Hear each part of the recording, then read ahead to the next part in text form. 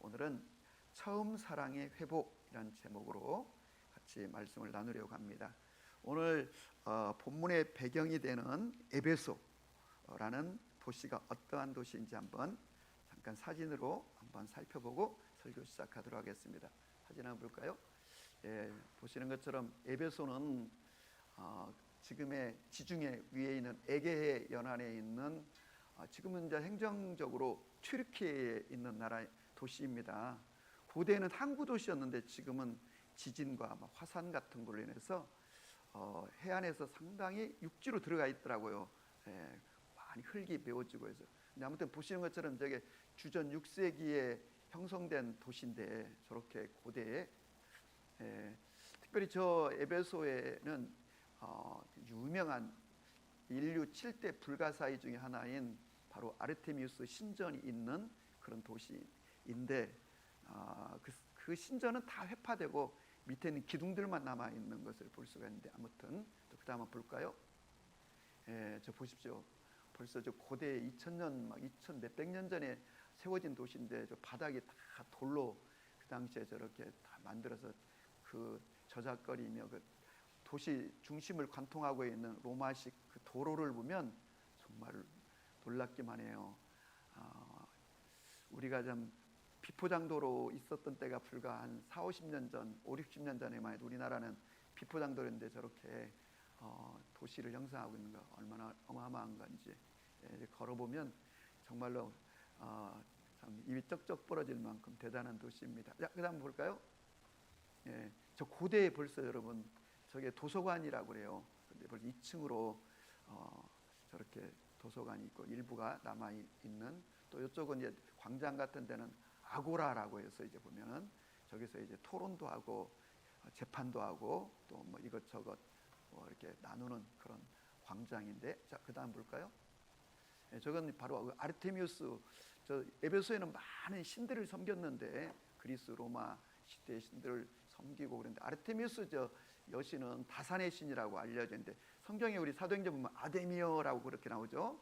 바울이 거기 에베소의 복음을 전할 때. 근데 저 앞에 있는 저 주렁주렁 있는 걸 옛날에는 다산을 상징하는 유방이라고 해석했는데 최근에 고고학자들의 설명에 하면 저게 유방이 아니고 소의 고환이라고 그래요. 그 밑에도 보면 이게 많이 노출되어 있는 것들 18개가 있죠. 저것도 보면 가까이 가서 보면요. 이 소 머리하고 소의 또 고환 같은 것들이 있는데 아무튼 저런 신을 다산을 상징하는 신을 그리고 많은 풍요를 달라고 여신을 섬겼다는데 자, 그 다음 볼까요? 예, 저건 바로 아르테미우스 신전인데 저게 그냥 복원도입니다. 지금은 밑에 있는 기둥들만 이제 남아 있는데 저거를 기록들을 가지고 이제 복원을 시킨 건데 무려 저 길이가 115m예요. 우리 축구 경기장이 그 사이즈가 길이가 105m밖에 안 되거든요. 근데 115m니까 얼마나 큰가. 그리스의 그 유명한 파르테논 신전보다 2배나 된다고 하니까 거대한 신전이 바로 이 에베소에 있었습니다.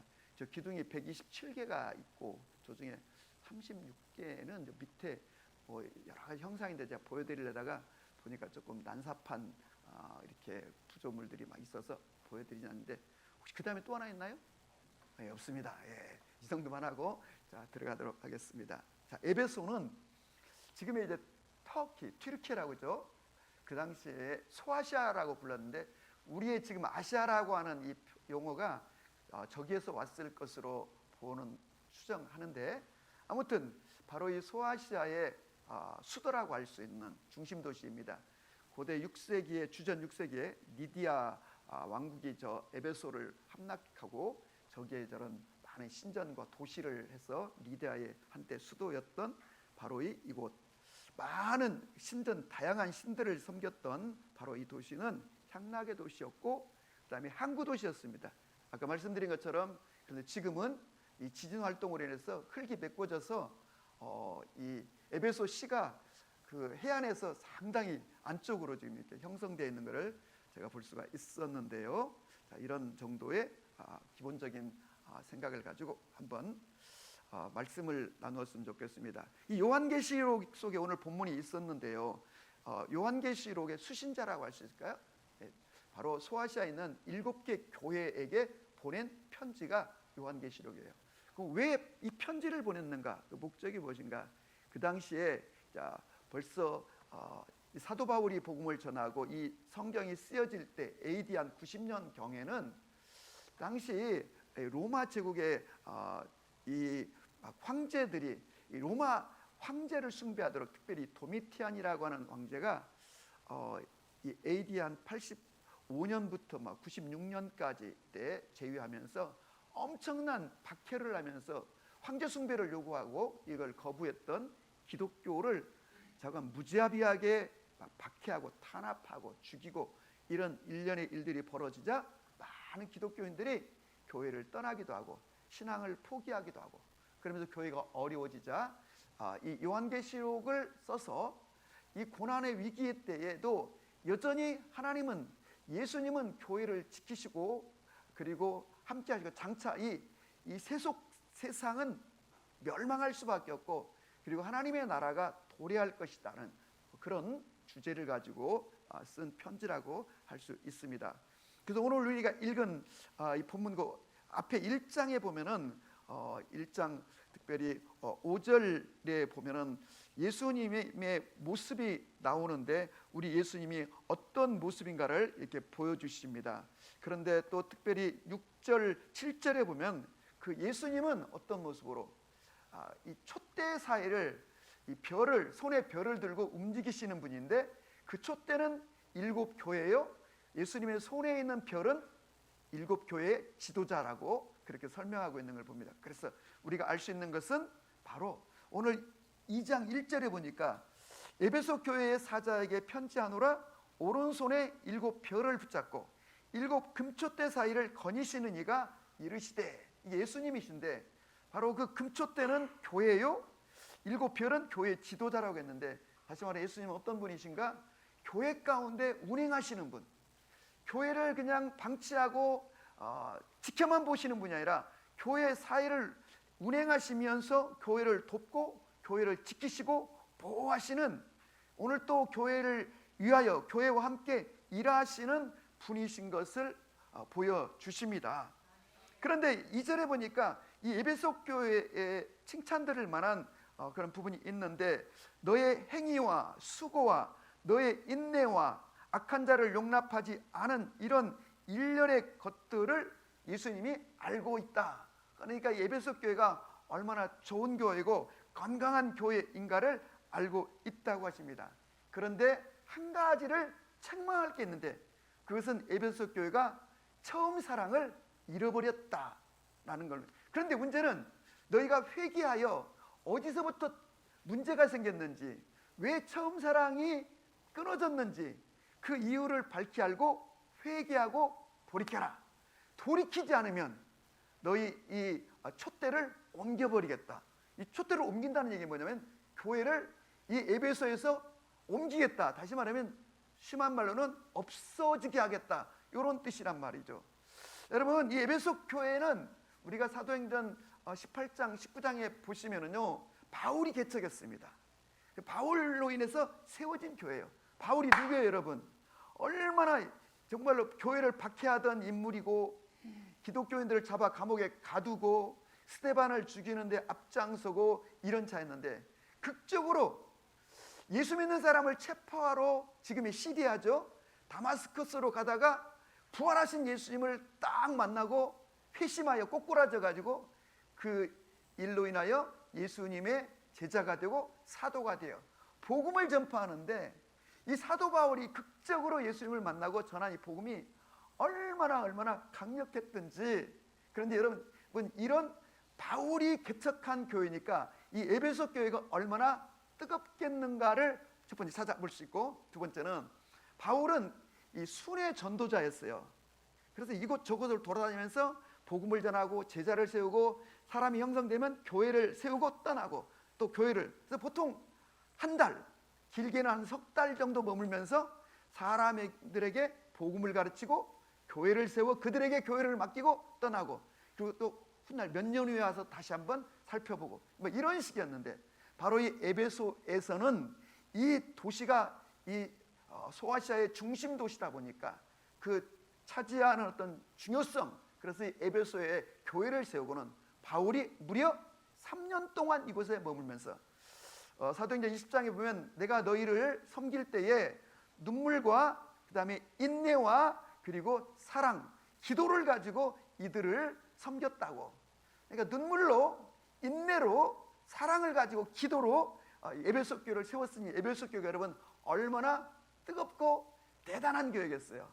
근데 오늘 문제가 되는 건 이 교회가 처음 사랑이 사라졌다는 거예요. 여러분, 에베소 교회의 성도들이 이 타락한 도시에서 바울을 통하여 복음을 받았을 때, 예수를 처음 믿었을 때 막 얼마나 기뻤겠어요. 얼마나 열광적이었겠어요. 그것도 다른 사람도 아닌 사도 바울에 의해서 복음을 듣고 배웠으니까 얼마나 뜨거웠겠는가를 알 수 있어요. 실제로 이 교회가 어떤 교회였냐면, 에베소의 이 교회로 바울이 보낸 편지가 있는데, 그 편지에 보면은 1장 15절에 이렇게 돼 있어요. 주 예수 안에서 너희 믿음과 모든 성도를 향한 사랑을 나도 듣고. 그러니까 바울이 지금 감옥에 있는데 바울에게 계속적으로 들려온 이 에베소 교회에 대한 소문이 뭐냐면, 이 에베소 교회는 기도가 있고, 특별히 뭐라고 그랬어요? 너희의 믿음과 모든 성도를 향한 사랑을 나도 듣고. 그러니까 강력한 믿음이 있는 교회, 그리고 성도들을 섬기고 사랑하는 이 사랑의 교회였다는 거예요. 사도 바울이 에베소서 6장 24절 에베소서를 마무리하면서 마지막 사도 바울이 이렇게 얘기합니다. 우리 주 예수 그리스도를 변함없이 사랑하는 너희 모든 자들에게 은혜가 있을지어다.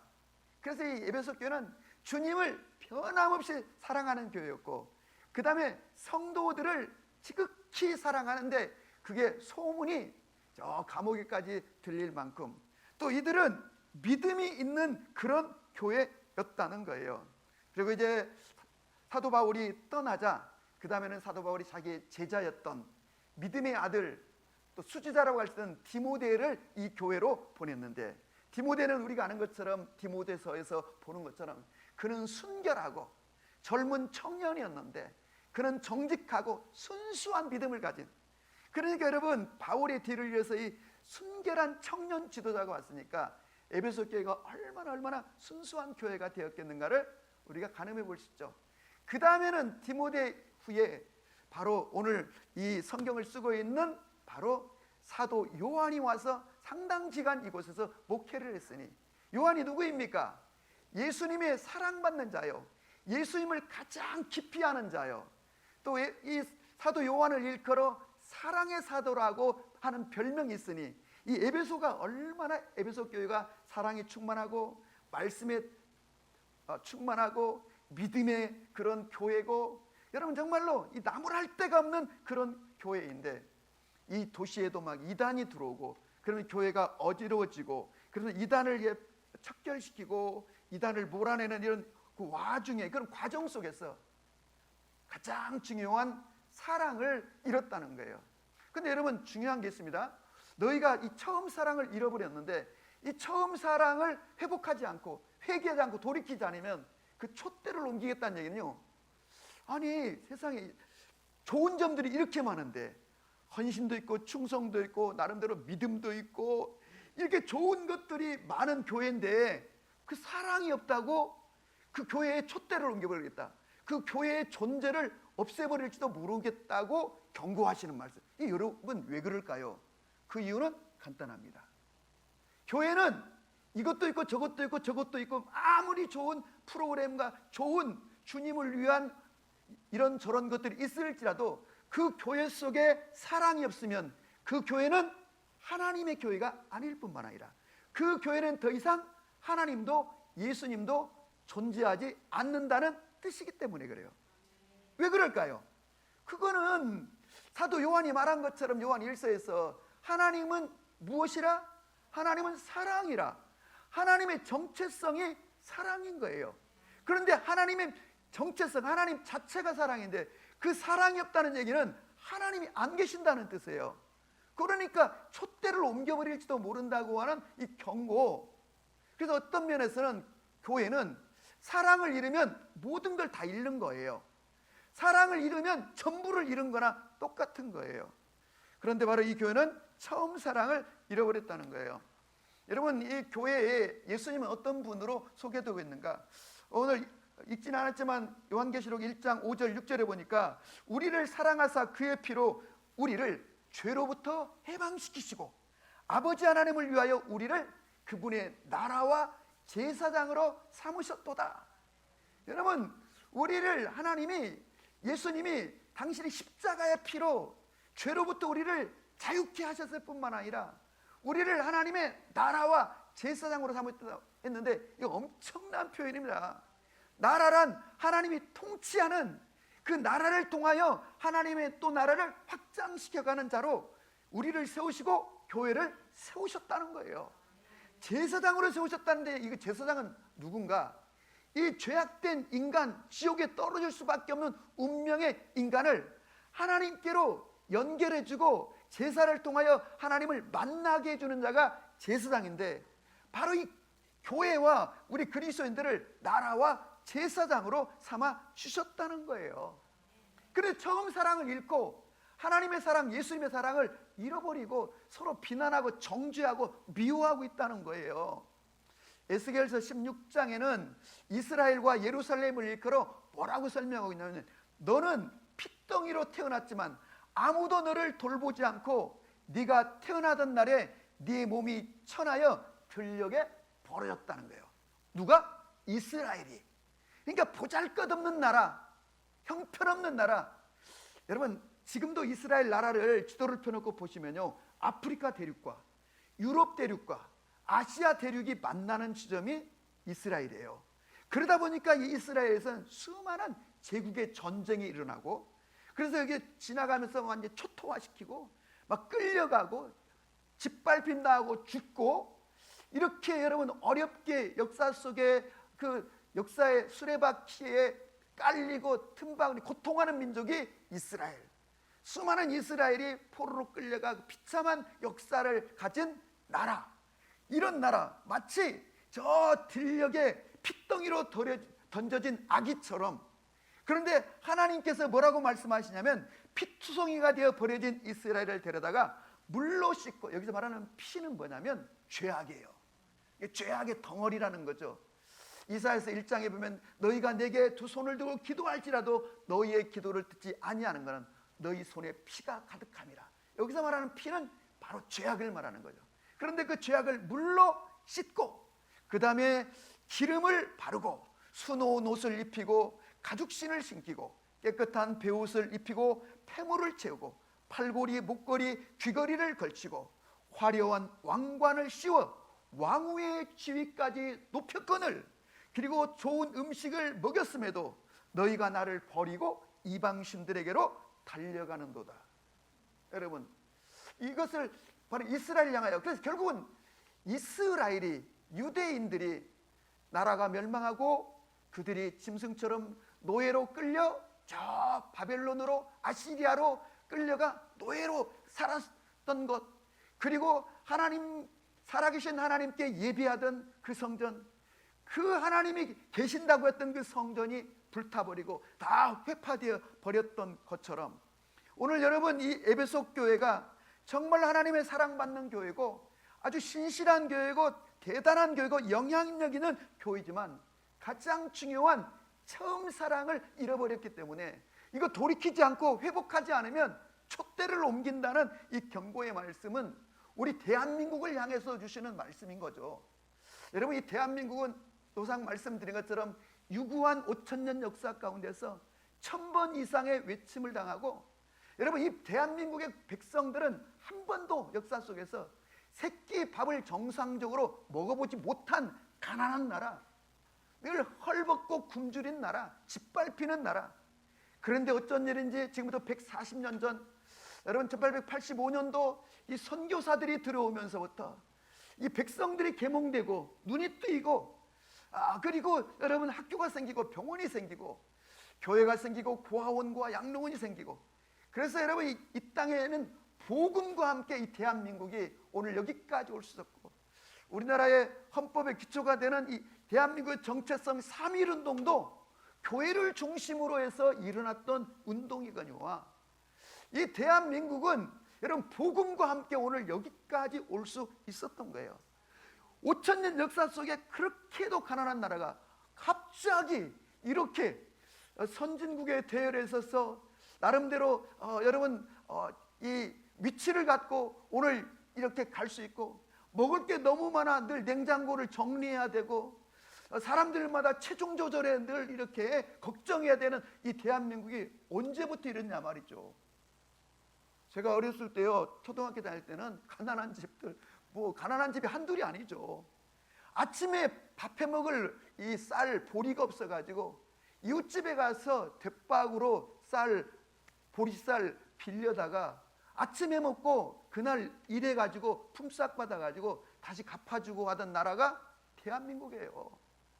저희 형님이 고등학교 때 수학여행을 제주도로 갔는데 말이에요, 올 때 귤을 한 박스 사왔어요.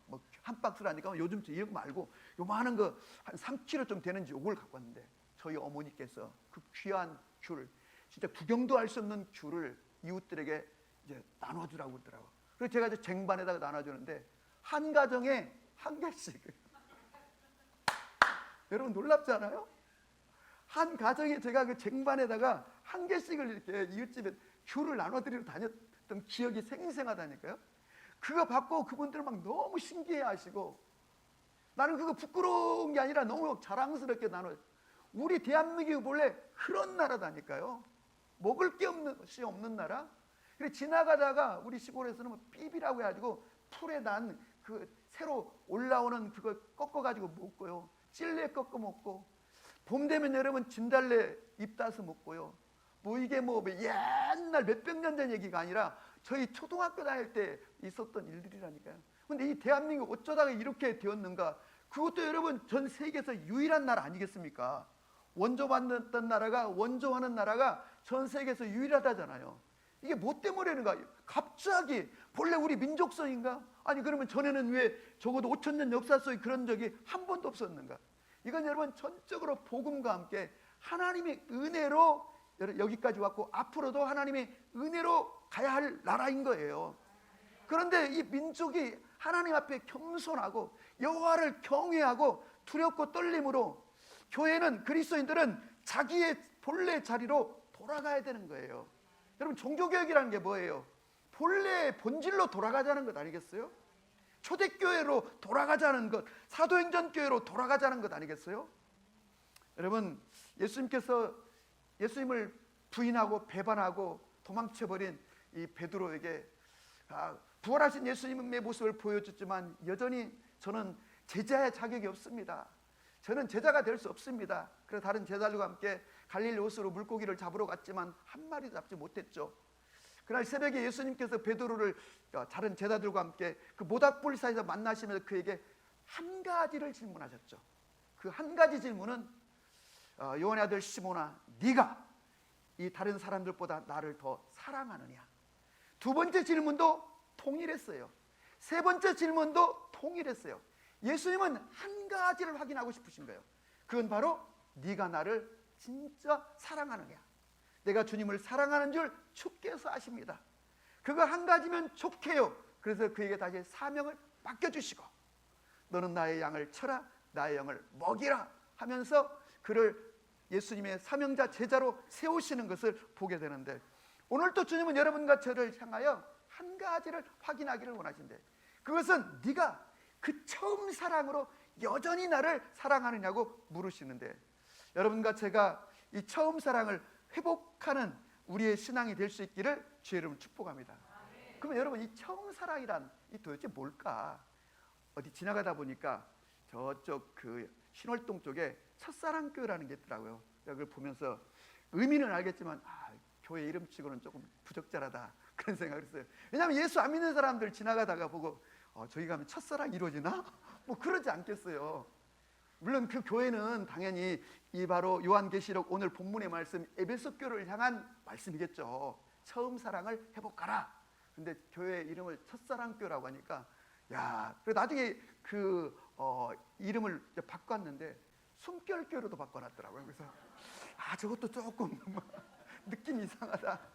그런데 아무튼 이 처음 사랑이란 뭔가?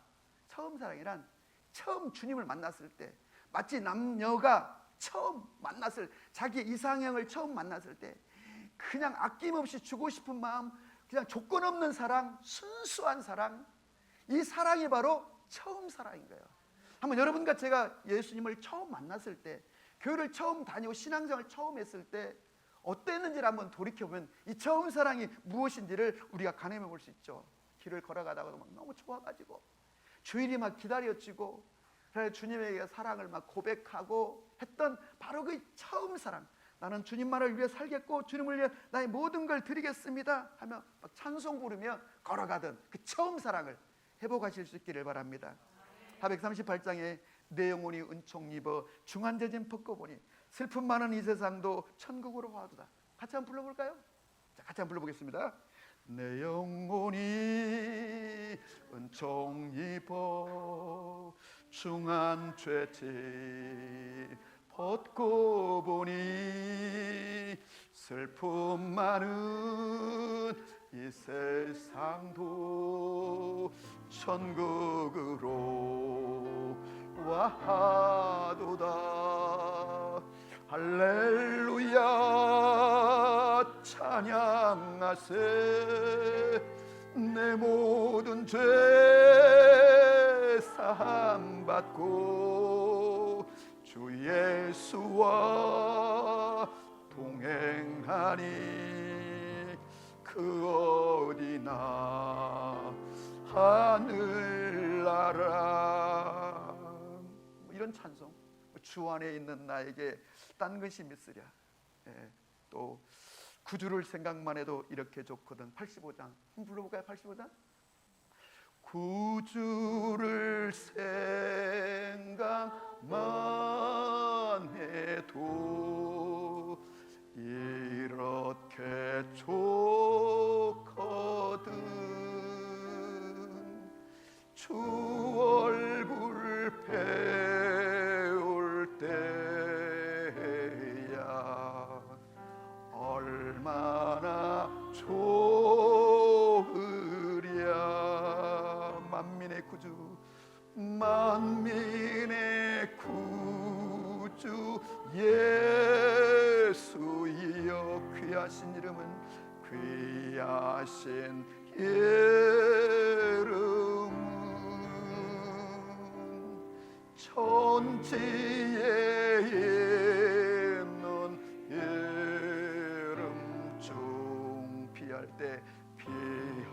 때 없도다. 4절 예수의 넓은 사랑을, 예수의 넓은 사랑을 어찌다 말라랴. 주 사랑 받은 사람만 그 사랑 알고다. 아멘. 저는 지난주에 하나님의 사랑을 질투하는 사랑이라고 여러분에게 소개한 적이 있어요. 왜 하나님은 유치하게 그 유치원들이나 질투하고 초등학생들이나 질투하는데 자신을 일컬어 나는 질투하는 하나님이다라고 본인을 설명했는가? 하나님은 질투하는 하나님. 민수기 15장에 보면 이스라엘 백성들이 이제 드디어 약속의 땅 가나안에 거의 다 왔을 때 저 하나님이 약속의 땅 젖과 꿀이 흐르는 이스라엘 가나안 땅이 내려다 보이는 바로 그곳, 바로 여러분 그 모압 평지 쪽에 시딤이라고 하는 곳에서, 바로 그곳에서 여러분 이스라엘 백성들이 이 저 가나안 족속들 또 이방 족속들의 유혹을 받아가지고, 특별히 모압 여인들에게 유혹을 받아가지고 그 모압 여인들을 따라가가지고 그들의 신전에 들어가서 거기서 절하고 음식을 먹고 나쁜 죄악된 일들을 막 행하였을 때에 여러분 막 이스라엘 백성들 가운데 하나님이 연병을 보내가지고 수많은 사람들이 죽어가고 있어 난리가 나는 상황이었습니다. 뭐 그런 와중에 한 이스라엘의 젊은 청년이 미디안 여자 하나를 데리고 자기의 장막 안으로 들어가는 광경을 보고, 여러분 이 바로 아론의 증손자발인 비느하스라고 하는 이 젊은이 제사장이 창을 들고 그 장막에 뛰어들어가서 그 남녀를 위해서 찍었더니 그 창이 두 사람을 관통하여 땅바닥에까지 꽂히게 되었는데, 성경은 말하기를 이 일로 인하여 이 여호와의 질투가 여러분 사그러들게 되었다는 것입니다. 근데 중요한 건 뭐라고 표현하냐면 민수기 25장 11절에 보니까 엘르아살의 아들 비느하스가 나의 질투심으로 질투하여 이스라엘 자손 중에서 나의 노를 돌이켜서 나의 질투심으로 그들을 진멸하게 하지 아니하였도다. 하나님의 이 질투하는 사랑이란 도대체 어떤 사랑인가? 절대로 당신의 이스라엘 백성들이 우상에 쫓아가는 것을 허락지 않는, 왜? 하나님과 이스라엘 백성들은 시내 산에서 언약을 맺었고, 그 언약은 어떤 언약인가? 하나님은 신랑이시오 이스라엘 백성들을 신부로서 그렇게 맞이했다는 것입니다. 그런데 신랑이신 주님을 떠나 이방 신전에 들어가 온갖 죄악을 범하는 이스라엘 백성들을 향하여 이 질투하시는 하나님, 하나님은 우리를 어떻게 사랑하셨는가? 하나밖에 독생자 예수님을 십자가에 못 박아 저주 가운데 죽게 하심으로 우리를 구원하실 만큼 그 뜨거운 사랑인데, 그 사랑이 바로 하나님의 질투하시는 사랑이라는 겁니다. 여러분 아가서 8장 6절에 보면 당신은 나를 인장반지처럼 당신의 마음에 간직하고 도장처럼 팔에다가 당신의 사랑을 새겨달라고 하면서 이렇게 말합니다. 사랑은 죽음처럼 강하며 질투는 무덤처럼 잔인하며 맹렬한 불처럼 타오릅니다 라고 고백하는데, 하나님 어떤 사랑? 이 질투하시는, 결코 여러분과 제가 다른 우상에게 빠지거나 마음을 빼앗기는 것을 허락지 않는, 그래서 인간을 향한 하나님의 사랑이, 하나님의 열심이 바로 질투하는 사랑이라는 것을 우리에게 가르쳐 줍니다. 여러분 이 영성의 핵심이 무엇인가? 예수님이 나를 얼마나 사랑하시는지를 깨닫는 것이 영성이에요. 여기서부터 영성이 시작되는 것이죠. 회개는 무엇인가? 이탈된 자리에서 다시 본래의 자리로 돌아가는 것이 회개인 거죠. 그래서 너희가 어디에서 떨어졌는가를 확인하고 처음 사랑을 다시 회복하라고 말씀하시는 것을 보게 됩니다. 여러분 이를테면 뜨겁게 사랑하던 남녀가, 애인도 만나는 것이 뜸해지고 자주 안 만나면 그 사랑도 식어져요. 나는 생각 없이 이런 얘기를 했어요. 먼 친척보다 가까운 이웃이 더 낫다, 이런 말이 우리 속담인 줄 알았는데 잠언서를 읽다 보니까 잠언서에 나오더라고. 보니까 무슨 말이에요 여러분? 가까이 있어야 친척이고 가까이 섬겨야 부모이고 형제인 거죠. 그래서 우리가 사랑한다면 늘 가까이 해야 되는 것처럼, 남녀 간의 관계도 멀어지면 그 마음도 정도 멀어지는 것처럼, 주님 앞에 자주 나오지 않고 주님 앞에 자주 서지 않으면 주님과의 우리의 관계도 멀어질 수밖에 없는 것을 기억해야 되는 거죠. 주님과의 시간을 소홀히 하면 여러분 주님과의 관계도 멀어지게 되는 거죠. 인간은 자기가 가치를 두는 것에 시간을 쏟아붓는 거예요. 자기가 무슨 어떤 취미생활, 낚시, 골프 이런 거에 빠지면 거기에 엄청난 돈과 시간을 쏟아붓는 거예요. 자기가 누군가를 사랑하면 그 사람에게 시간과 물질을 쏟아붓는 것이죠. 우리가 주님을 사랑하면 주님에게 우리의 열정과 우리의 시간과 모든 걸 다 쏟아붓는 것이죠. 또 하나 이제 조심할 건, 여러분 이 교제하는 사랑하는 남녀가 피곤해하면 항상 문제가 생길 수밖에 없는 것이죠. 이건 똑같죠. 우리가 하나님을 섬길 때 피곤해하는 사람도 있죠. 노상 졸아. 왜 졸은가? 피곤한 거예요. 이 수면량이 부족해가지고 충분히. 그러면 그 사람은 그 건강하고 에너지 넘치는 그 시간을 어디다 썼는가? 뭔지는 모르지만 TV 앞에서 쏟아부었든지 뭐 게임을 했든지 아니면 친구가 밤새 놀았든지 심지어는 어떤 돈을 벌기 위해서든지 뭔지는 모르지만 다른 어떤 것에 자기의 가장 열정과 시간을 다 쏟고 나니까 막상 이제 교회에 앉아 있으니까 피곤이 몰려오는 거죠. 여러분 남녀가 이렇게 오랜만에 만났는데 또 카페에서 만났는데 대화를 하는 중에 계속 하품이나 슉슉 해대고 말이죠. 막 눈이나 비비고 피곤하다고 하면 이거 밥맛 떨어지는 것이죠. 주님하고도 똑같은 것 같아요. 우리가 여러분 우리 가장 이 예배하는 시간을 소중히 여기고 주님께 영광 돌리기를 주님의 이름으로 축복합니다. 아멘. 예. 사랑이 식었다는 말은 이 사랑이 없어졌다는 말은 우리들의 관심이 이동되었다는 뜻인 거죠. 무언가 다른 걸 지금 더 사랑하고 더 마음을 쏟고 있다는 그런 뜻이겠죠. 여러분과 제가 주님과의 처음 사랑을 회복할 수 있기를 주의 이름으로 축복합니다. 저는 19살 때 이제 교회를 처음 나갔어요. 물론 전에도 좀 나가긴 했지만 그건 그냥 친구 따라서 과자 얻어먹으러 아이스크림 얻어먹으러 이제 간 것이고 정식으로 이제 간 거는 저희 아버지가 19살 때 고3 때 이제 돌아가시고 그 겨울에 처음으로 어머니와 함께 신앙생활을 시작했는데 처음에 교회를 다니는데 막 얼마나 좋은지 막 주일이 기다려지고 어때요 여러분들은? 예, 막 주일이 기다려지고 그래서 주일이 다가오면 수요일부터 목요일부터 이제 무엇을 입고 갈 것인지 옷도 준비하고 신발도 준비하고 그렇게 준비하고 가는데 너무 막 행복한 거예요. 늘 막 기다려져. 여러분들에게도 다 그런 경험들이 있으시죠? 예, 있으시죠? 예. 그리고 이제 헌금도 말이죠. 옛날에는 요즘엔 뭐 이렇게 우리가 계좌이체도 하고 막 그러지만 옛날에는 다 돈을 헌금하는데 옛날 돈들이라고 하는 게 다 막 낡았잖아요. 그러면 그 돈을 막 드리는 것이 이제 죄송해가지고 이제 물 뿌려가지고 다리미로 깨끗하게 눌러가지고 헌금하고 저만 그런 줄 알았더니 다른 분들도 많은 분들이 그렇게 했더라고요. 왜 그랬을까? 주님을 사랑하니까. 뭔지는 모르지만 아직 복음이 뭔지 다는 모르지만 그냥 좋은 거예요. 주님을 섬기는 게 보이지도 않는 하나님을 섬기는데 그냥 좋은 거예요. 저의 마음속에 아쉬움이 하나 있었는데 그건 뭐냐면 제가 평생에 직장생활을 한 번도 해본 적이 없어서 저는 이렇게 월급을 받아본 적이 없어요. 그러니까 가장 부러웠던 게 11조였어요. 나도 한번 11조를 하고 싶은데 뭐 이렇게 돈을 받는 데가 없으니까 그래서 제가 이제 노가다판에 이제 갔어요.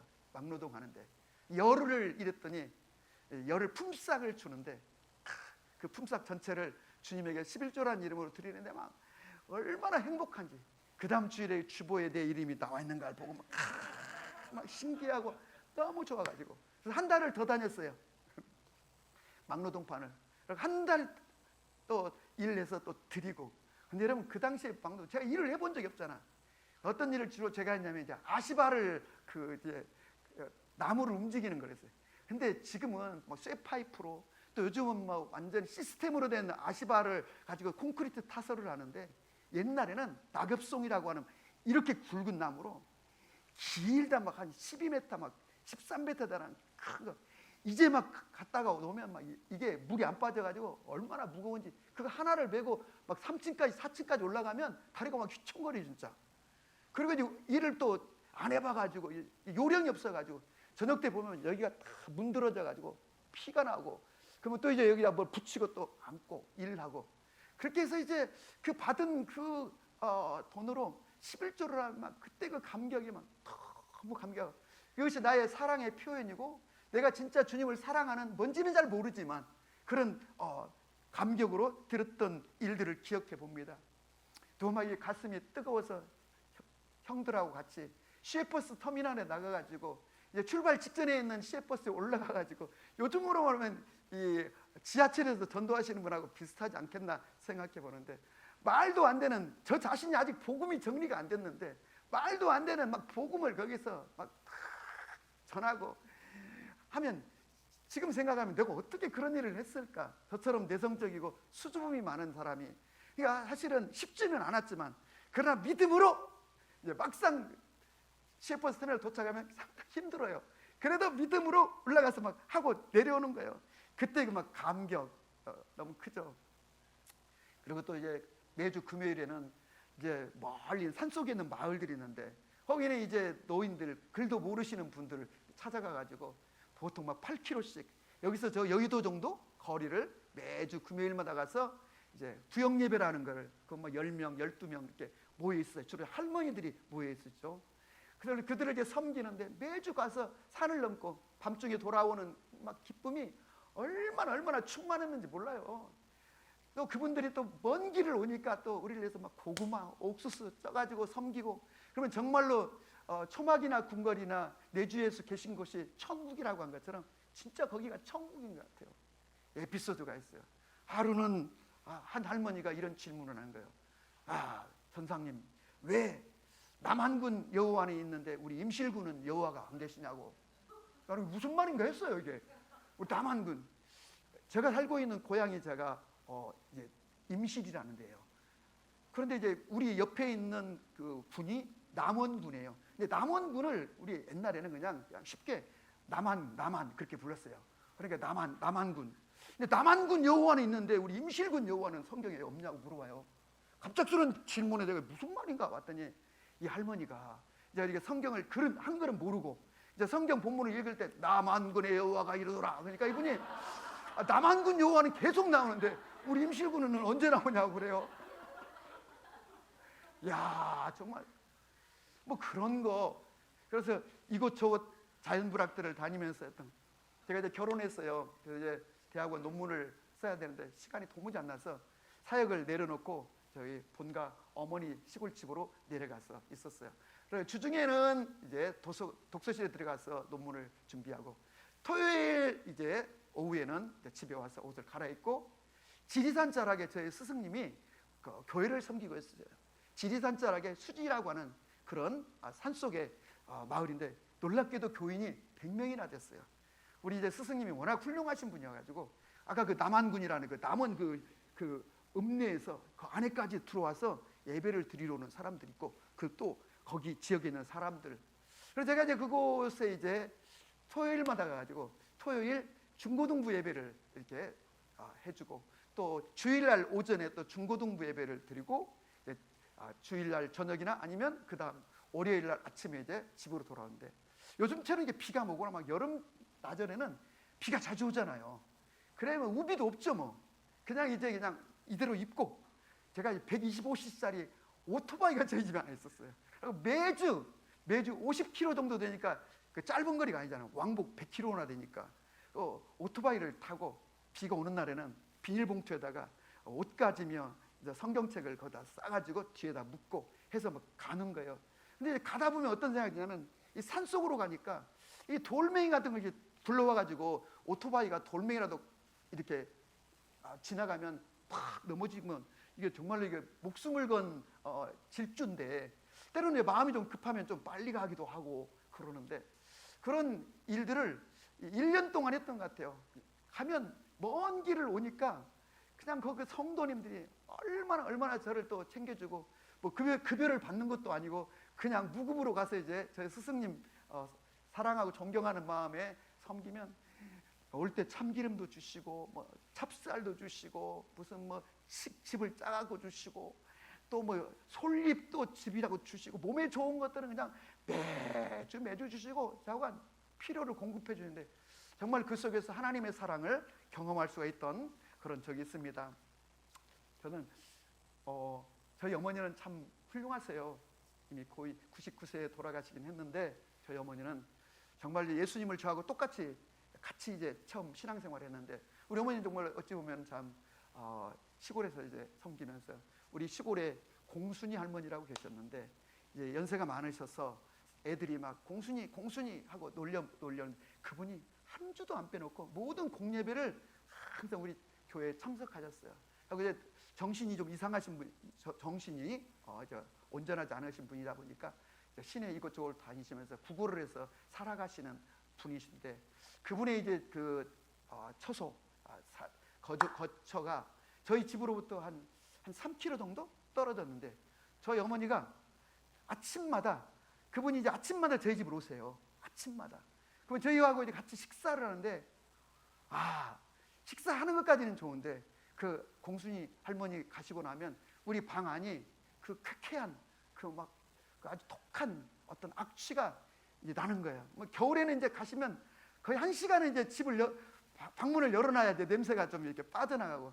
근데 어머니가 그 일을 돌아가실 때까지, 그 할머니 돌아가실 때까지 이렇게 하드는 걸 보고 매일 그 할머니 집에 가서 니어카에 나무 싣고 가서 군부를 떼드리고, 이제 물론 여름에는 괜찮지만 이제 가을부터 초봄까지는 일한데, 제가 이제 그 일을 이제 1년 정도 섬겨드리고 왔는데, 참 그 이제 제가 군부를 떼면 그 할머니가 저한테 이런저런 정신이 좀 혼미하니까 질문을 하세요.